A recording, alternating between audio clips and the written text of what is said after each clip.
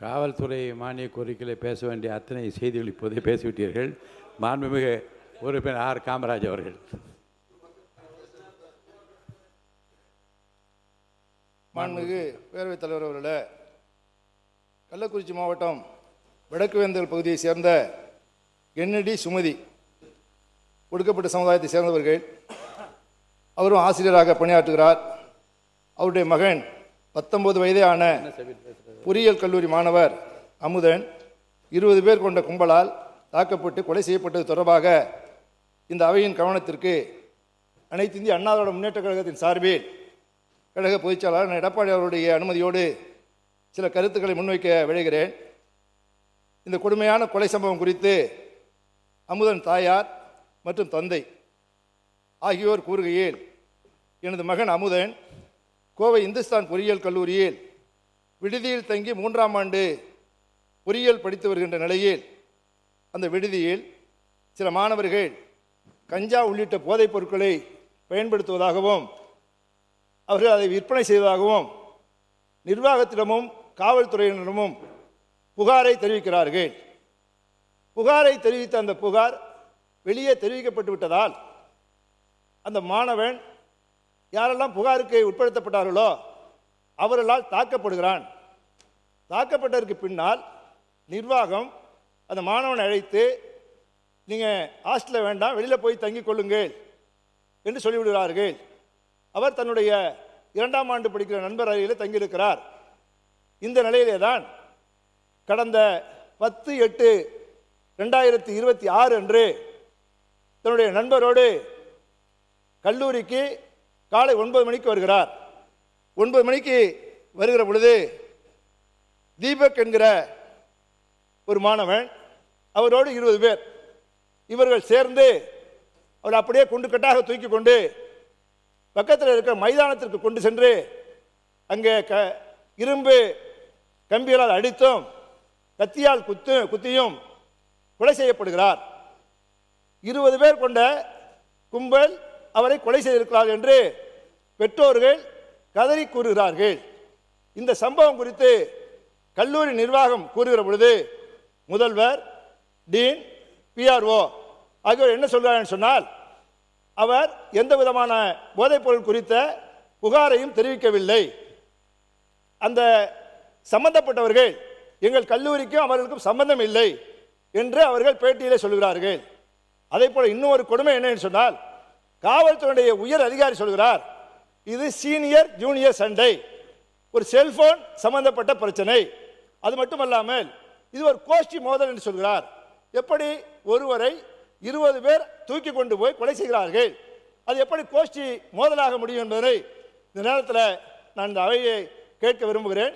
அது மட்டுமல்லாமல் காவல்துறை உண்மையை மறைப்பதற்கு முயற்சி செய்கிறது. கல்லூரி நிர்வாகம் தங்களுடைய பெயர் கெட்டுவிடக் கூடாது என்பதற்காக அவர்களும் உண்மையை மறைக்கிறார்கள்.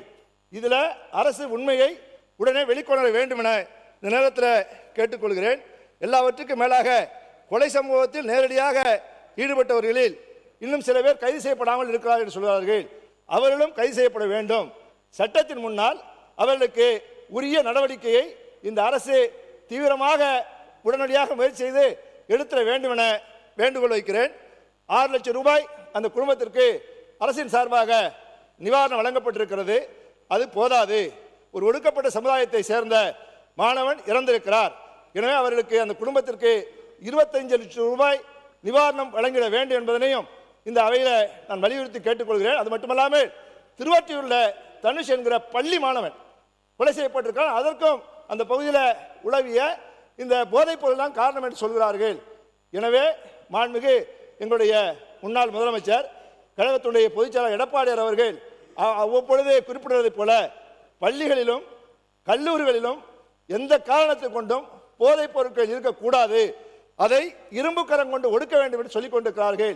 அந்த அடிப்படையில் அது பள்ளிகளாக இருந்தாலும் கல்லூரிகளாக இருந்தாலும் எல்லா இடங்களும் போதைப் பொருள் புழக்கத்தை உடனடியாக இந்த அரசு கட்டுப்படுத்த வேண்டும்.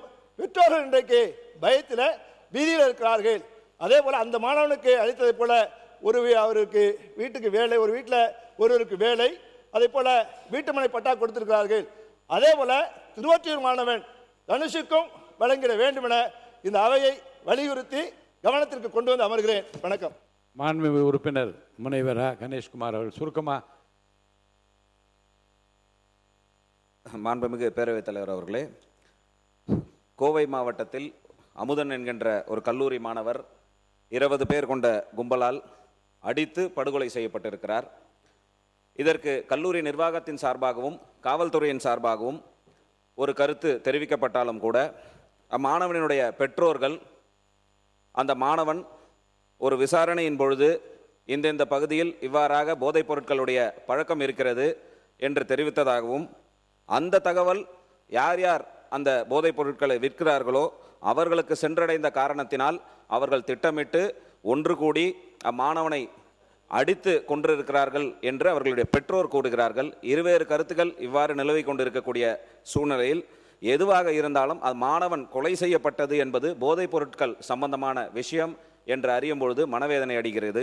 இதேபோல் திருவொற்றியூர் பகுதியிலும் தனுஷ் என்கின்ற மாணவன் அடித்து கொலை செய்யப்படுகிறான். அதற்கும் காவல்துறை சார்பாக ஒரு கருத்து சொல்லப்படுகிறது. பெற்றோர்கள் வேறு விதமாக கஞ்சா புழக்கத்தினால் ஏற்பட்ட தகராறு, ஆள் மாறி இவர்களை தாக்கிவிட்டார், அதனால் இவர் உயிரிழந்து விட்டார்கள் என்று சொல்கிறார்கள். நாம் மனதில் கொள்ள வேண்டிய விஷயம் என்னவென்று சொன்னால், இன்றைக்கு இந்த கஞ்சா பழக்கம், போதைப்பொருள் பழக்கம் என்பது 18-15 வயது கல்லூரி மாணவர்கள், பள்ளி மாணவர்களிடையே கிடைக்கக்கூடிய சூழ்நிலை இன்றைக்கு இருந்து கொண்டு இருக்கிறது என்பதுதான் நாம் எல்லாம் கருத்தில் கொள்ள வேண்டிய முக்கியமான ஒரு விஷயமாக இருந்து கொண்டு இருக்கிறது. இந்த ஆட்சி பொறுப்பேற்றவுடன் போதை ஒழிப்புக்கென்று தனி படையை அமைத்திருக்கிறோம். அது செயல்பாட்டில் இருக்கிறது. பெண்களின் பாதுகாப்புக்காக சிங்கப்படை அமைத்திருக்கிறோம். அதுவும் நடைமுறையில் நல்லபடியாக இருந்து கொண்டு இருக்கிறது. ஆனால் கடந்த 24 மணி நேரத்தில் மட்டும் 5 கொலை சம்பவங்கள் இன்றைக்கு நடந்திருக்கிறது.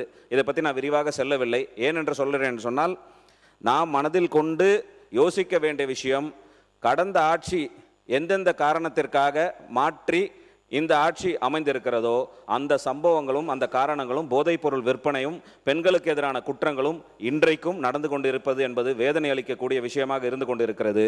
இது குறித்து மேலும் இது போன்ற சம்பவங்கள் நடைபெறாமல் தடுக்க வேண்டிய வண்ணம் இந்த அரசு உரிய வெளிப்படைத்தன்மையுடன் நடவடிக்கை மேற்கொண்டு ஓய்வு பெற்ற நீதியரசர் தலைமையில் ஒரு பொதுவான விசாரணையை மேற்கொண்டு இந்த 2 கொலை சம்பவத்திற்கும் என்ன காரணம் என்பதை மக்களுக்கு தெளிவுபடுத்த வேண்டிய கட்டாயம் அரசிடம் இருக்கிறது.